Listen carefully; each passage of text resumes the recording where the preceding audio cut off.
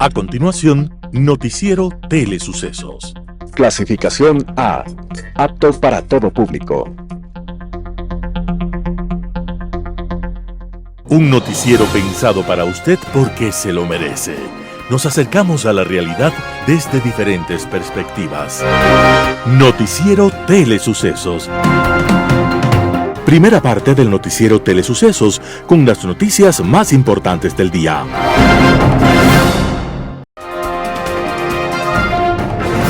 Un día como hoy. En un hogar de judíos intelectuales rusos, a finales del siglo XIX, nació Lev Davidovich Bronstein y desde joven supo de intensas pasiones políticas. Reconocido por su inteligencia, ya adolescente fundó sindicatos y confederaciones obreras y conoció por este motivo la persecución y la cárcel. Aquella Rusia zarista vivía agitados momentos que pronosticaban un cambio revolucionario y entre estos grandes ideólogos destacó pronto Lev Davidovich, escribiendo, agitando, dirigiendo. Y en más de una ocasión fue a parar a la cárcel de donde siempre logró escapar, hasta que terminó por cambiar de identidad. Entonces decidió tomar el apellido de uno de sus más feroces carceleros y su nuevo nombre fue León Trotsky. Y el mundo lo conoció como rutilante intelectual y líder en la más importante revolución del siglo XX, la Revolución Bolchevique. Pero en la lucha por el poder, Trotsky terminó perdiendo y tuvo que escapar de la Unión Soviética, ahora controlada por Stalin. Y empezó un doloroso exilio por Turquía, Francia, Noruega y finalmente en México, invitado por el general Lázaro Cárdenas, presidente del país. Allí, Trotsky se dedicó a criar palomas, a coleccionar estampillas y a escribir sobre literatura y revolución.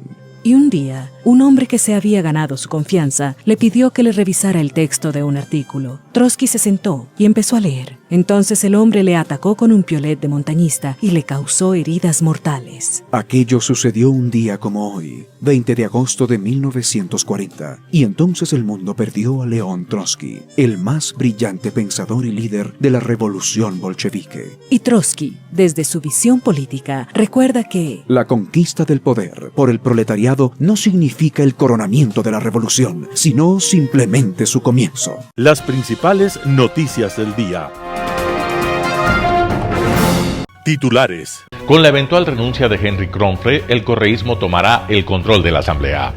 Cierre del bloque 43 ITT podría demorar entre 3 y 5 años, según el ministro de Economía.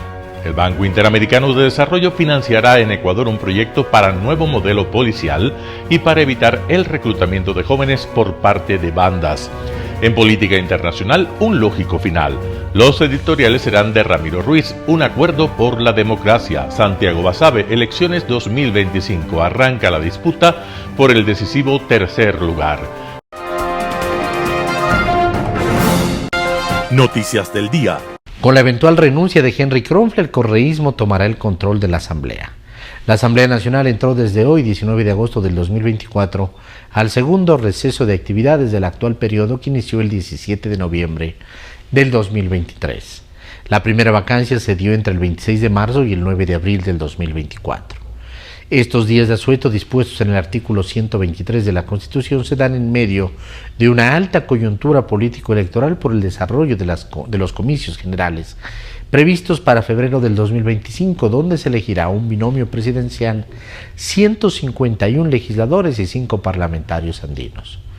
El Partido Social Cristiano postuló el 15 de agosto del 2024 como su precandidato presidencial a Henry Kronfle, actual presidente de la Asamblea, en funciones desde el 17 de noviembre del 2023. Para poder participar en los comicios, Kronfle deberá renunciar a su condición de legislador y, por lo tanto, a la presidencia del Legislativo, una vez que el Consejo Nacional Electoral abra el periodo para la inscripción de candidaturas. Esta etapa del calendario electoral inicia el viernes 13 de septiembre y concluirá el 2 de octubre del 2024. Tras el cumplimiento de esta disposición, la eventual renuncia de Kronfle abrirá en la Asamblea el camino para la sucesión. Así, la presidencia del Parlamento será asumida por la actual primera vicepresidenta, Viviana Veloz, de la Revolución Ciudadana, quien ocupará el cargo desde octubre a mayo del 2025. Como eventual presidenta del Legislativo, a Viviana Veloz le corresponderá convocar a una sesión del Pleno para la designación del nuevo primer vicepresidente, que deberá ser elegido con el respaldo de 70 votos, según lo dispone la Ley Orgánica de la función legislativa. Cierre del bloque 43 ITT podría demorar entre 3 y 5 años según el ministro de Economía. El ministro de Economía y Finanzas, Juan Carlos Vega, dijo este 19 de agosto de 2024 que el cierre del bloque 43 Ocampo ITT Ixpingo Tambococha Tiputini, ubicado en el Parque Nacional Yasuní, será paulatino y podría demorar hasta 5 años. Con base a las recomendaciones de técnicos y mitigando los riesgos ambientales, se buscaría un proceso de cierre que podría tomar entre 3 y 5 años, de lo que he visto en estudios preliminares, comentó Vega. Ante la pregunta sobre si se cumplirá con el cierre del ITT para el 31 de agosto de 2024, el ministro dio a entender que en esa fecha comenzará un proceso de cierre paulatino. Hay un mandato claro del pueblo ecuatoriano de cerrarlo, más allá de que uno puede estar a favor o en contra, pero este gobierno responsablemente iniciará el proceso de cierre para el desmantelamiento progresivo del ITT y se conformó ya un comité que está a cargo de establecer un plan de cierre seguro que evite cualquier daño ambiental, ha explicado el ministro Vega en entrevista a medios de comunicación. El 20 de agosto de 2023, la mayoría del electorado votó a favor de mantener bajo tierra el petróleo del campo ITT, localizado en la provincia amazónica de Orellana. La Corte Constitucional ordenó hacer el retiro de toda actividad relacionada con la extracción de petróleo en el ITT de manera progresiva y ordenada, en un término no mayor de un año, desde la notificación de los resultados oficiales el 31 de agosto de 2023. El Banco Interamericano de Desarrollo financiará en Ecuador un proyecto para nuevo modelo policial y para evitar el reclutamiento de jóvenes por parte de bandas. Durante la inauguración de la Cumbre Latinoamericana de Seguridad que se desarrolla en Guayaquil este lunes y martes, el presidente del Banco Interamericano de Desarrollo, Ilan Godfang, indicó que la entidad financiará varios proyectos para combatir el crimen organizado en el Ecuador, además de firmar la Alianza para la Seguridad, Justicia y Desarrollo, que entregaría financiamiento y asesoría técnica para enfrentar el crimen en la región. Golfang adelantó que el BID financiaría un proyecto de $150 millones que se implantará en pocos meses. Se trata de un nuevo modelo de servicio policial especializado en territorios, con presencia de grupos de delincuencia organizada, GDO, con nuevas destrezas y capacidades tecnológicas. Dentro del proyecto también se establecerán centros de servicios sociales integrados para jóvenes en riesgo de ser reclutados por las bandas. El presidente del BID agregó que con este trabajo buscan también prevenir el tráfico de migrantes y la trata de personas. En el evento participan delegados de 13 países de América y Europa. El representante del BID indicó que desde el 2006 más de $2.000 millones han sido invertidos en la prevención y fortaleciendo en materia de seguridad y que tienen en varios países proyectos y programas de prevención social, modernización judicial, reformas en sistemas policiales y penitenciarios. También habló del fortalecimiento de instituciones del Estado y de cortar el flujo financiero a las bandas delictivas con el uso de la tecnología para controlar el lavado de activos, detectando la trazabilidad de las transferencias y las empresas ficticias implicadas. Entrevista del día. En Radio Sucesos estuvo Yolanda Yupanqui, vocal del Consejo de la Judicatura, hablando sobre el cuestionado proceso para la selección de jueces de la Corte Nacional de Justicia. Escuchemos lo que dijo. Les agradezco en realidad que me den esta oportunidad de hablar. Yo me había apartado un poquito ya de la línea base del concurso porque con los cambios que se dieron y todo, la verdad, sí habían problemitas que no me agradaban, entonces decidí hacerme un poquito a un lado, pero el momento en que esto apareció dije no, porque yo fui de las primeras y mejor dicho, como algún rato señaló la doctora Goyes, yo soy la única que quedó de los anteriores cuando empezamos el concurso, es decir, cuando empezamos con Álvaro Román, el doctor Murillo y yo, y en algún momento solo nos quedamos los tres. Entonces, en esa forma nosotros iniciamos. La verdad, había el ánimo de que las cosas salgan bien. Yo confié siempre en Álvaro Román, él fue mi compañero de aula en la universidad, conocía a su familia, y yo sabía que era una buena persona y empezamos a trabajar con ganas en realidad. El reglamento se trabajó, no solamente lo hicimos nosotros calladitos, no. El reglamento se puso en conocimiento de los gremios, se puso en la página web, se hizo publicidad, se invitó, es decir, tratamos de darle la mayor claridad y sobre todo que todo sea a la vista de todos. Para las comisiones, antes de eso, antes ni de empezar, encontramos falencias terribles en el sistema informático.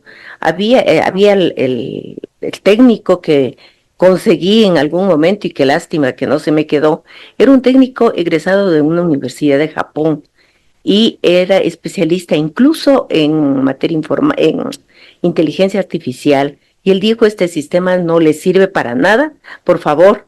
Entonces, dada esa alerta, contratamos técnicos en seguridad, contratamos técnicos en programación, no escatimamos gastos y eso, el sistema quedó, y ya verán que hasta el momento nadie se ha permitido tocar eso. Incluso tuvimos un ataque cibernético bastante fuerte y lo aguantamos, y eso es precisamente porque estaba previsto. Estábamos con paso firme y bueno, le voy a hacer corto hasta que llegamos a la subfase de prueba psicológica. La prueba psicológica tiene dos partes: la psicológica propiamente dicha, que analiza taras, traumas mentales, problemas cerebrales y estas cosas, mientras que la otra prueba, la prueba de confianza, que analiza más bien tendencias, capacidades, capacidad crítica, capacidad de razonamiento, independencia para decidir, etcétera, etcétera. Es decir, llevan a la formación del juez como tal. Lo sorprendente, y lo que a mí realmente y después de eso también se llegó a tomar ya la prueba escrita. La prueba escrita, que se le tomó todo en base a lo que habían hecho los expertos. Y ahí también para mí sí es preocupante, porque los expertos, ellos personalmente introdujeron las preguntas, nadie intervino en eso. Ellos fueron y pusieron las preguntas en el sistema. Terminado de poner, tenían que 3 de los mismos expertos especializados en esa materia dar el visto bueno de esas preguntas y de esas respuestas. Es por eso que a mí sí me llamó la atención cuando hubo reclamos por mala calificación o por errores. Decía yo, no puede ser, porque después de poner una persona que sabía tanto, que fue revisada por 3 personas de la misma materia, todavía pensar que había problema, sí me llamó la atención, pero nuestra decisión era que los expertos manejen con experticia, eso era todo. Algún rato llegué a saber que yo no estuve en esa reunión, tuve que hacer mi trabajo en campo.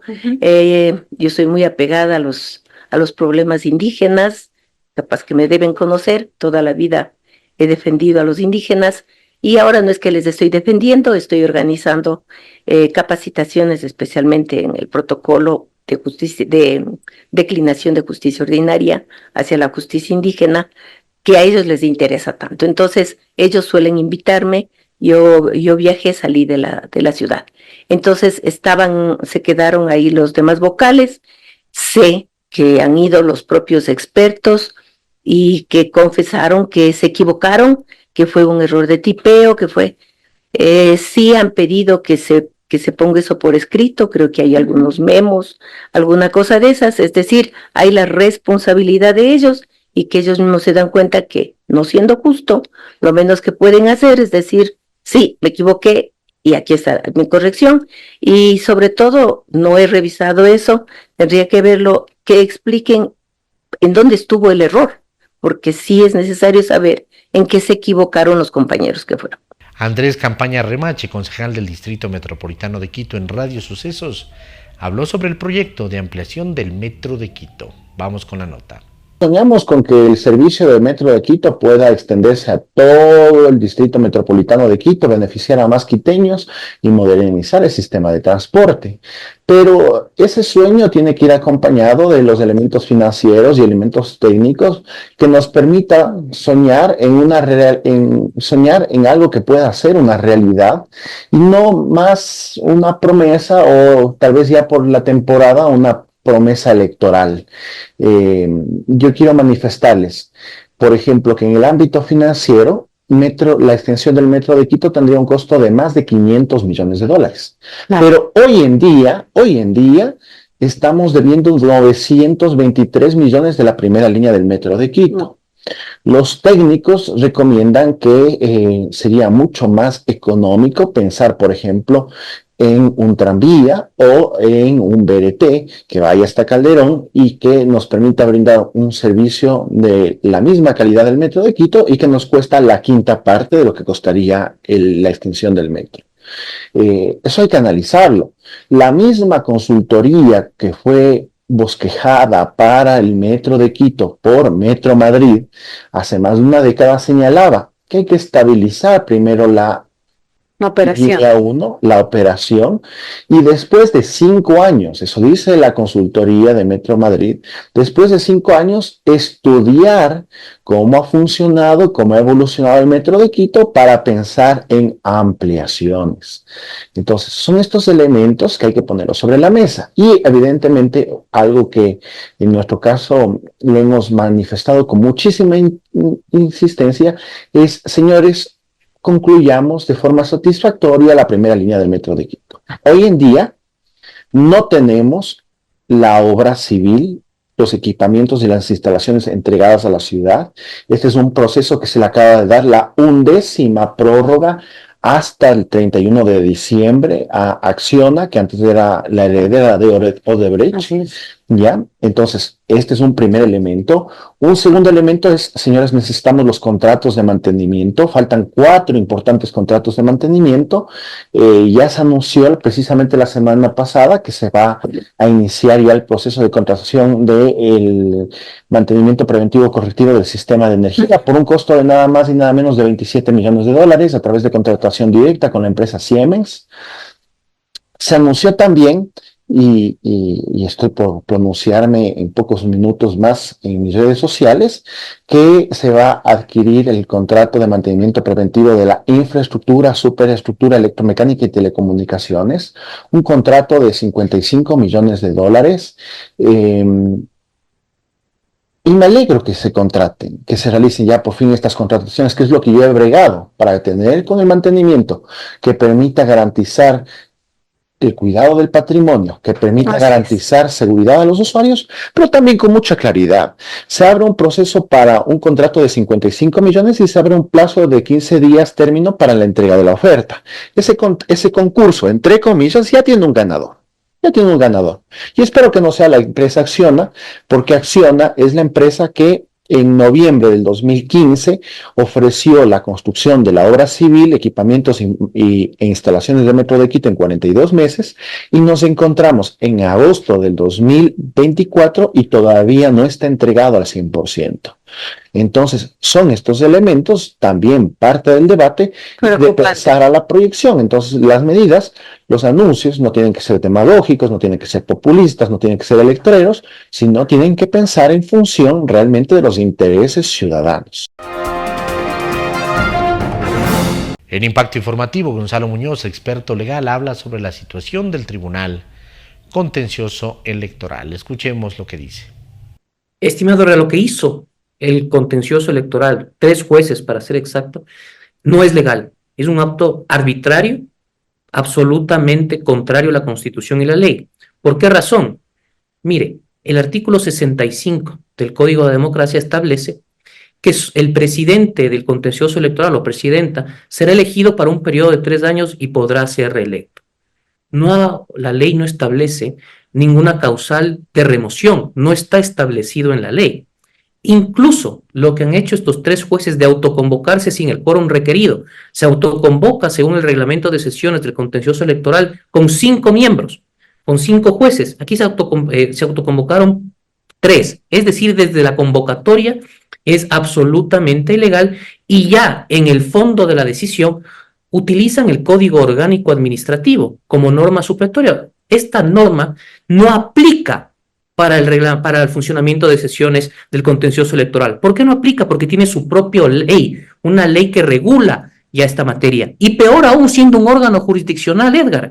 Estamos hablando de que se podría aplicar el Código Administrativo a las decisiones que tome el Pleno de la Corte Nacional de Justicia. Es una barbaridad, no tiene ningún sentido.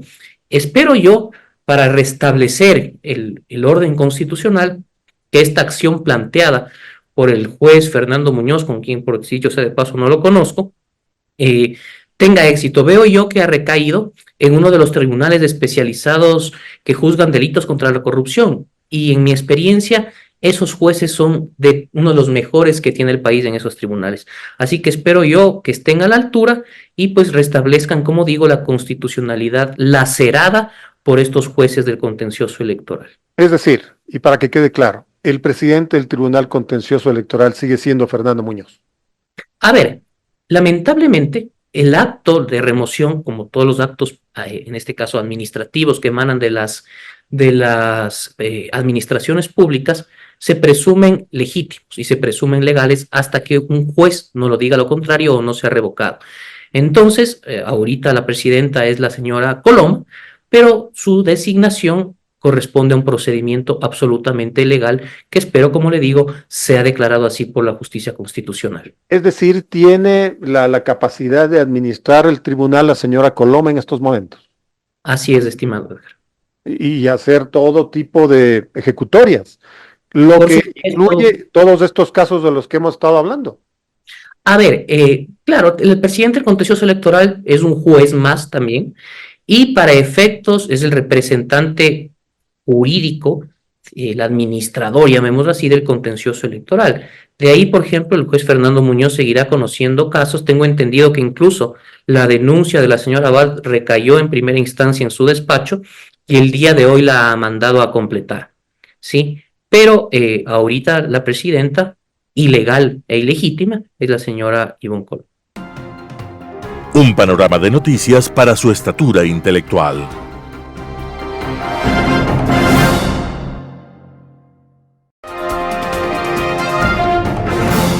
Global Hoy con Alan Carney. Un lógico final.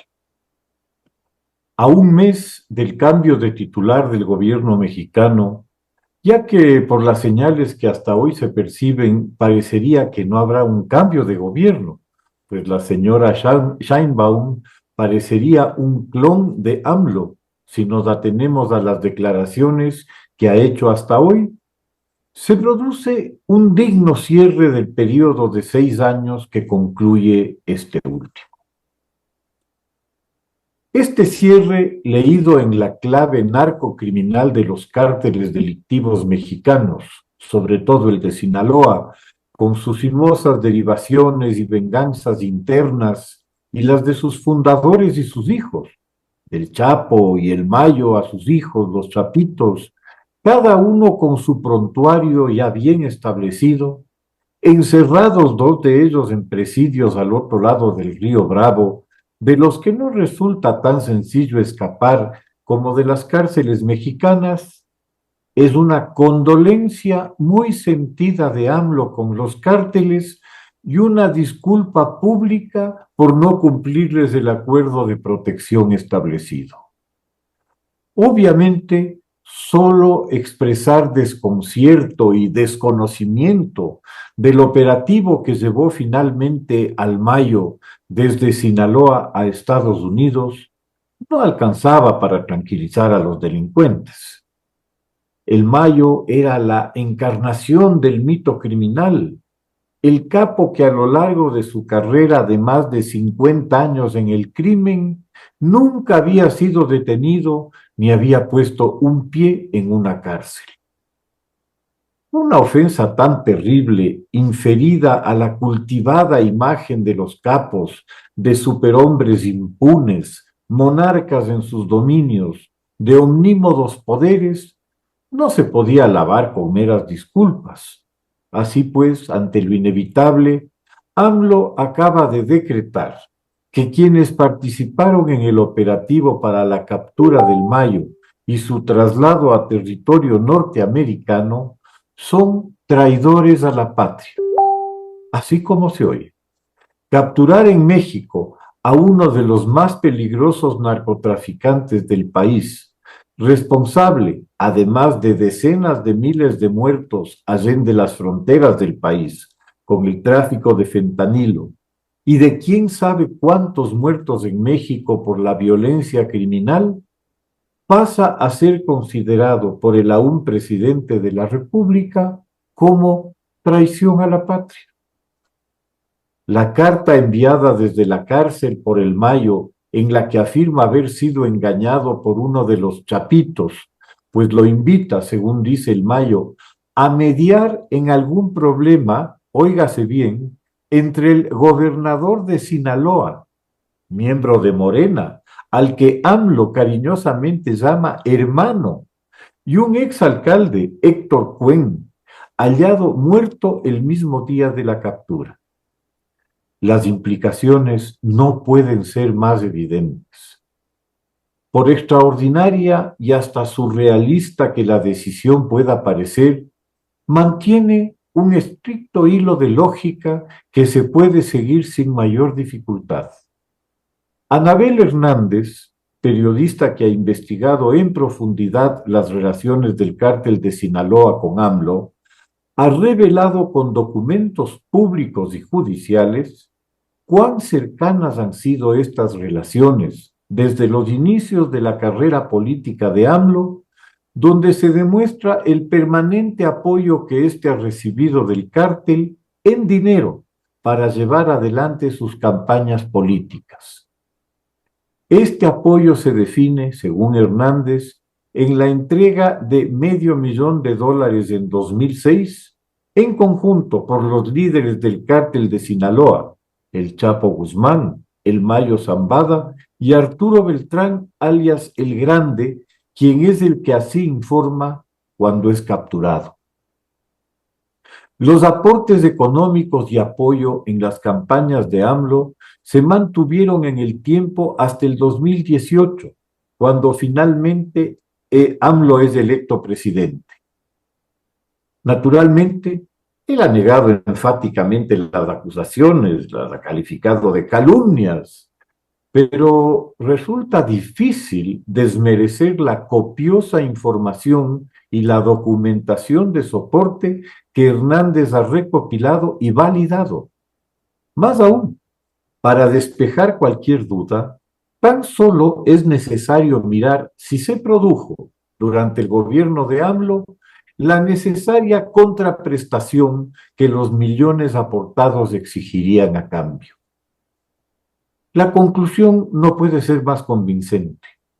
La relación de trabajo entre las agencias antinarcóticos de México y Estados Unidos, que si bien nunca fue de las mejores, con la llegada de AMLO se tornó francamente hostil, volviéndose muy difícil la colaboración para el combate contra el narcotráfico.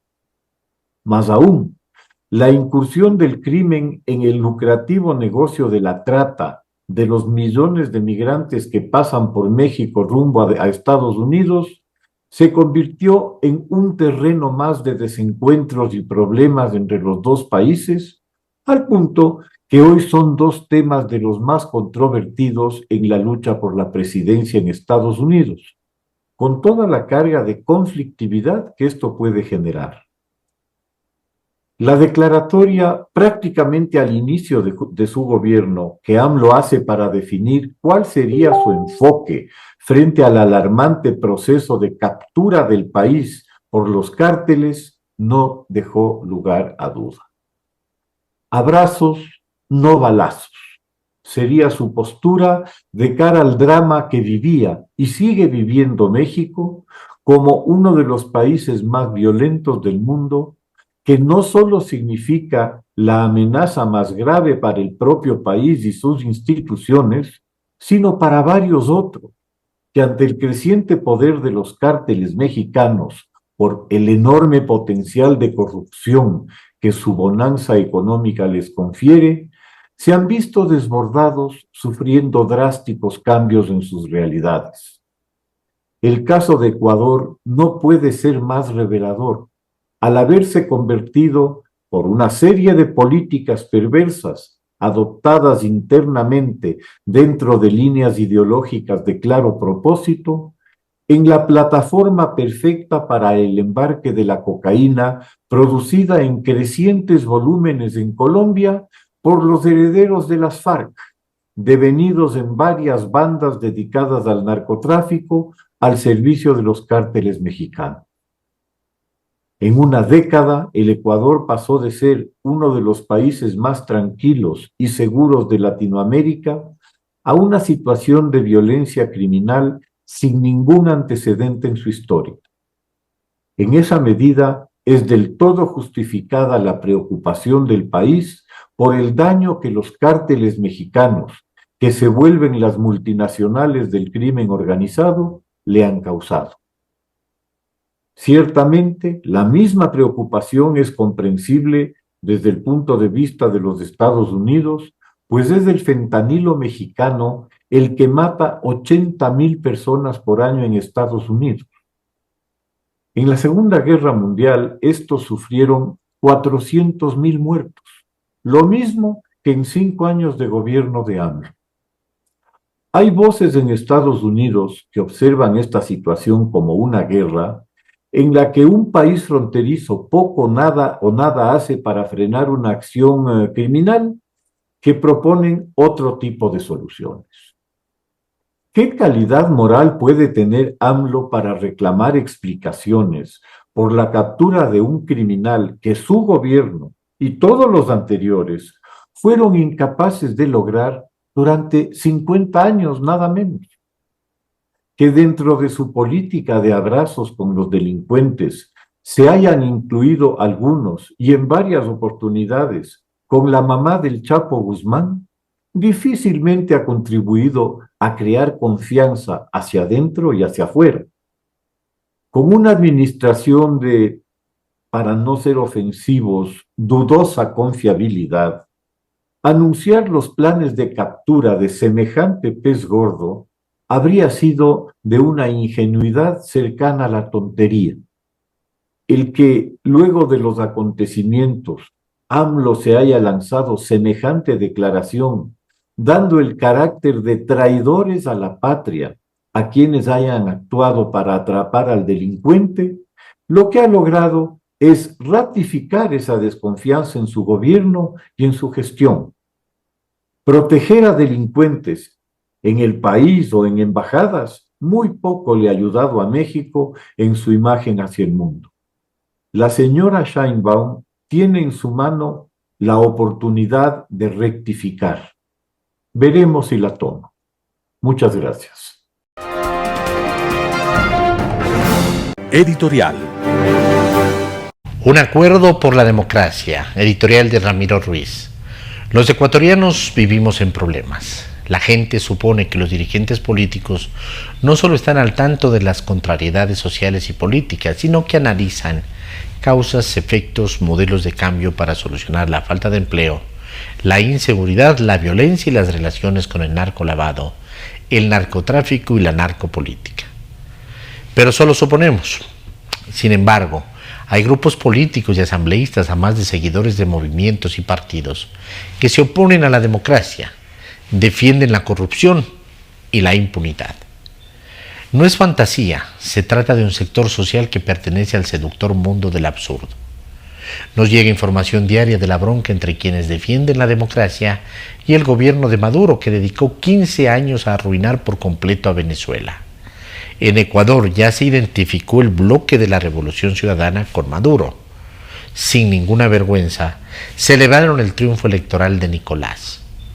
En este mundo de la información y la economía globalizada nos relacionamos entre los países del mundo. De inmediato en el Ecuador llegó la ola de influencia del populismo de Venezuela y sus aliados socialistas. No solo se globalizó la información y la economía, se globalizaron las mafias extendidas desde México, Venezuela, Nicaragua, Colombia y Brasil. Están fuera de esta influencia Costa Rica, El Salvador, Panamá, Uruguay, Paraguay. La polarización política tan antigua como la pobreza y la desigualdad no solo trata de ideas y conductas para conseguir el poder político, también tiene que ver con estrategias que funcionan a la perfección. Gracias al socialismo en el país está a la vista la catástrofe de la economía, la pérdida de la identidad cultural, la ética borrada en el hogar, la escuela y la sociedad. Una estrategia del socialismo es implantar las conductas antiéticas de la burocracia ecuatoriana. Se ha borrado de la memoria las responsabilidades y la ética y ha dado paso al desarrollo de la corrupción. Es más importante conseguir un puesto de trabajo que le dará el pan. No interesa más. Nadie se alimenta de valores universales permanentes. En este momento de incertidumbre, los ecuatorianos necesitan trabajo y paz. Trabajo honesto, digno y justo. El hombre y la mujer comunes requieren dormir con tranquilidad y levantarse por la mañana con empeño. Es decir, una vida normal que se ha esfumado. Una de las claves fundamentales para terminar con el desastre del socialismo es la unidad. Hacer causa común para resolver los problemas. La unión política y social exige la renuncia a la soberbia y al egocentrismo, la codicia del poder, el dinero ilegal y fácil. Los ecuatorianos precisamos que los dirigentes y cada ciudadano piensen con claridad que el país es valioso. Esto demanda poner al margen intereses políticos vanidosos del partido. Ahora que se conforman candidaturas para las próximas elecciones, aprendamos la lección de la República Bolivariana de Venezuela, título ostentoso que le puso un desquiciado por el poder para pisotear al país, pulverizar la moral y someterlos a la pobreza mental y económica. Un hecho histórico del totalitarismo brutal en América Latina. Seríamos necios y desvergonzados no aprender del sufrimiento de las naciones de la región y del mundo que conviven con la adversidad. Si amamos al país, nuestro único y exclusivo hogar construido con trabajo y sufrimiento, no podemos darnos el lujo de pensar y defender el atraso, la violencia, la pobreza, el abandono de los enfermos y jubilados. Algunas realidades están en la línea de la crueldad, como la educación hecha para niños y jóvenes que olvidaron el significado del pensamiento crítico y el conocimiento. No podemos continuar manteniendo universidades mediocres con profesores desinformados, incompetentes en el conocimiento de la ciencia, la tecnología, la cultura, la realidad ecuatoriana y del mundo. No estaremos de acuerdo jamás con ninguno de estos escenarios. El único acuerdo que necesita el país es una alianza integral de los ciudadanos, con el propósito común de sacar al Ecuador de este pozo oscuro. El país daría un paso gigante si los dirigentes políticos de las instituciones públicas y privadas se comprometen a poner en la mesa un diálogo innegociable y limpio a favor de la perfección de la democracia.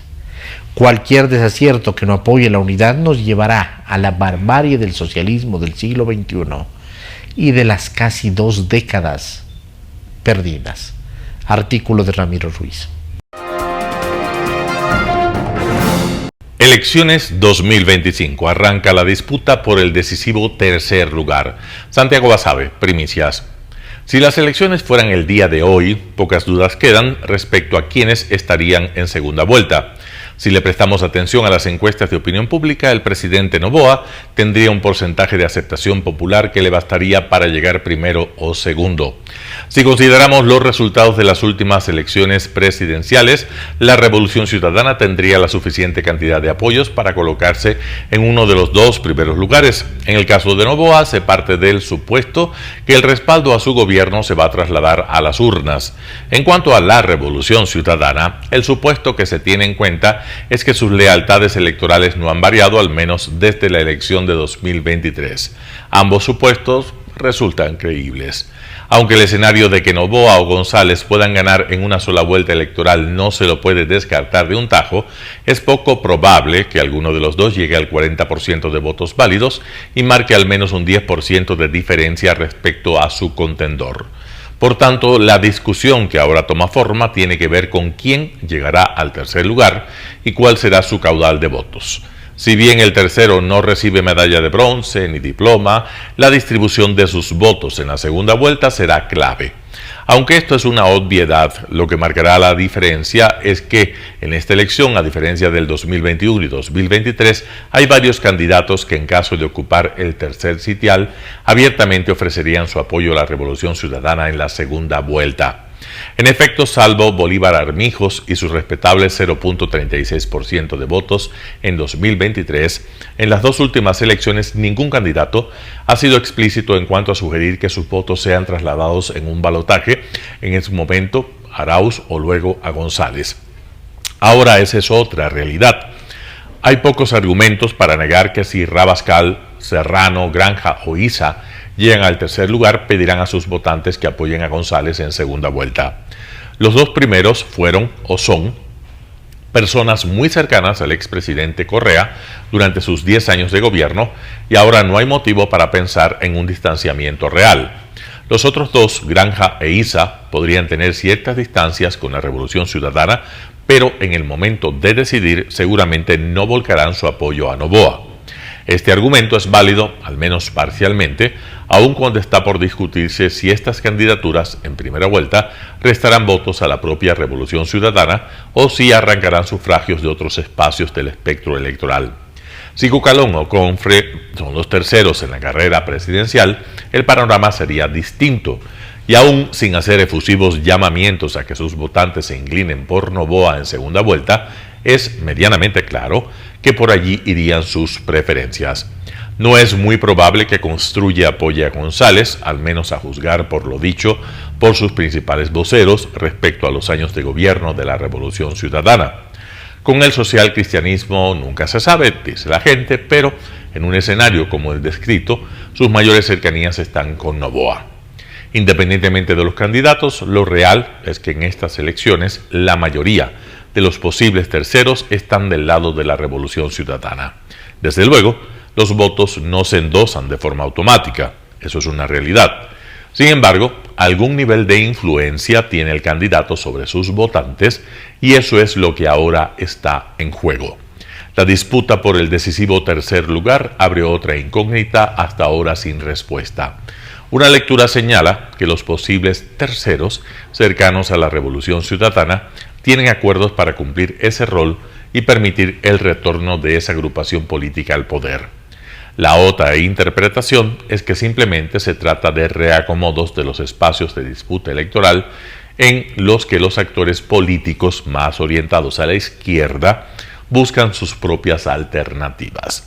En todo caso, habrá que esperar a que las candidaturas definitivas sean expuestas y allí se tendrá una visión más clara de la función de los candidatos al tercer lugar. Lo único claro ahora mismo es que la primera vuelta resultará interesante, no tanto por conocer quiénes pasarán al balotaje, Noboa y González, sino por el orden en el que llegará el segundo pelotón de candidatos. Santiago Basabe, Primicias. Noticias internacionales.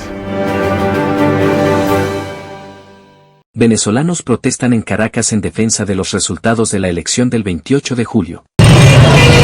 Decenas de personas participan en una movilización convocada por la líder opositora venezolana María Corina Machado, ganadora de la primaria presidencial de la oposición, pero inhabilitada para ejercer cargos públicos. Esto en defensa de los resultados de las elecciones del pasado 28 de julio. Recordemos que la autoridad electoral, el Consejo Nacional Electoral, proclamó como ganador al presidente Nicolás Maduro, pero la oposición asegura que la victoria fue de Edmundo González Urrutia. La oposición ha publicado copias de las actas que conservaron sus testigos, pero 3 semanas después de la elección, el organismo electoral todavía no ha publicado los resultados de forma desglosada, lo que ha generado cuestionamientos por parte de distintos países que han pedido la publicación de las actas. En ese camión que ustedes ven allí, que ha sido utilizado durante toda la campaña electoral, está la líder opositora con algunos dirigentes políticos.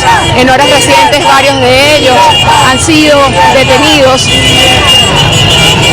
acusados de promover actos violentos, como ha dicho el gobierno. En otro punto de la ciudad, el chavismo se moviliza para defender, para respaldar la reelección del presidente Nicolás Maduro y contra lo que aseguran es fascismo que promueve la oposición venezolana. Hemos tratado de conversar con algunas personas que han preferido no emitir comentarios en cámara, aseguran tener temor de ser reprimidos, de que haya algún hecho en su contra. Nosotros, por supuesto, estaremos informando lo que ocurra en los próximos días en Venezuela en medio de estas tensiones políticas que se están dando en el país.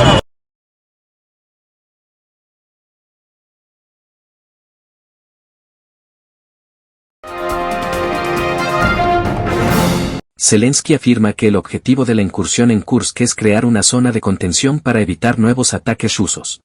Zelensky afirma que la incursión en la región rusa de Kursk persigue crear una zona de contención para impedir nuevos ataques rusos a través de la frontera.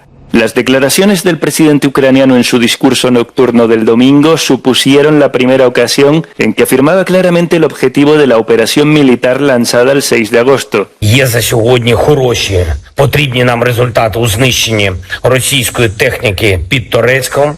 І це все більш ніж захист для України. Це зараз основне завдання наших оборонних дій загалом. Знищити якомога більше російського потенціалу війни. І проводити максимум контрударної роботи. Zelensky también aprovechó su discurso nocturno para hacer un llamamiento a los aliados internacionales para que aceleren las entregas de material militar para el campo de batalla. Los comentarios de Zelensky se produjeron el mismo día en que el ejército ucraniano hizo públicas unas imágenes que dicen que muestran la destrucción de un puente clave en Kursk, el segundo de este tipo atacado en menos de 2 semanas. La destrucción de los puentes interrumpiría las rutas de suministro rusas y podría indicar que las tropas ucranianas pretenden atrincherarse. La incursión militar ucraniana en Kursk ha llevado a la captura de varios pueblos y de cientos de prisioneros y ha forzado la evacuación de decenas de miles de civiles, en lo que se ha convertido en el mayor ataque militar contra Rusia desde la Segunda Guerra Mundial. En más de una semana de combates, las tropas rusas siguen luchando por expulsar a las fuerzas ucranianas. Kiev también espera que la operación cambie la dinámica del conflicto.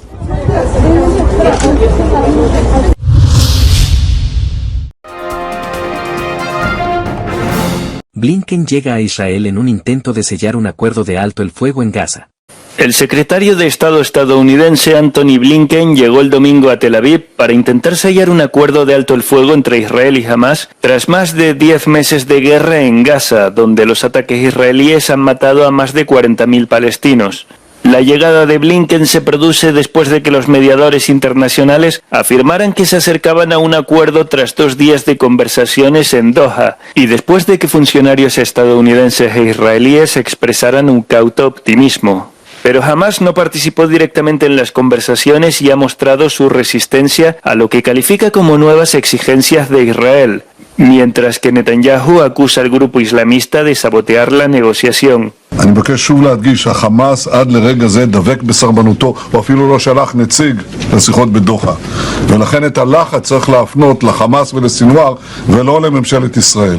Mientras Blinken aterrizaba en Tel Aviv, las autoridades israelíes mostraban a los periodistas sus preparativos para cualquier posible ataque en la ciudad portuaria de Haifa, al norte del país. El grupo chií libanés Hezbollah ha lanzado drones y cohetes contra Israel casi a diario desde el comienzo de la guerra, e Israel ha respondido con ataques aéreos y artillería. Israel is not in the best neighborhood.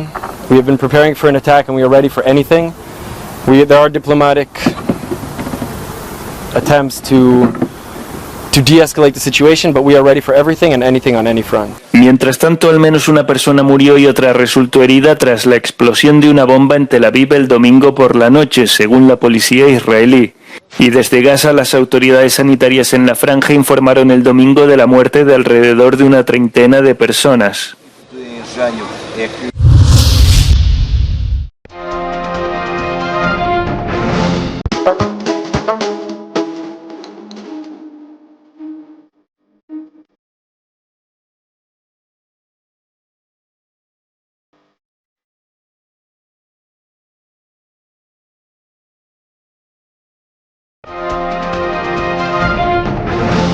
Telesucesos Sports. Deportes, deportes, deportes. Todas las tardes, 4 horas de lunes a miércoles, de 14 a 17 horas. Los jueves y viernes, 6 horas, de 12 a 20 horas. Desde Arena Telesucesos. Transmisiones en vivo, siempre Ecuavoley. Y luego, deportes para recordar. Todas las tardes, deportes en Telesucesos Sports. Bajo la dirección del arquitecto David López. La visión objetiva de quien vive el deporte. Sucesos deportivos, visión de un equipo de opinión joven de comunicadores. Telesucesos, llegamos con nuestra señal a los sectores populares de nuestra ciudad. Quienes no tienen televisión por suscripción atenderán nuestra señal sin costo en Canal 29 UHF Telesucesos. Siempre ecuatorianos, resaltamos nuestra identidad. El básquet, esgrima, tenis de mesa, taekwondo, box y muchos deportes más en Telesucesos Sport, sin costo desde la comodidad de su hogar en Telesucesos Canal 29. Arena Telesucesos es una importante y funcional edificación cubierta dispuesta para la práctica y desarrollo de eventos del Ecuavoley.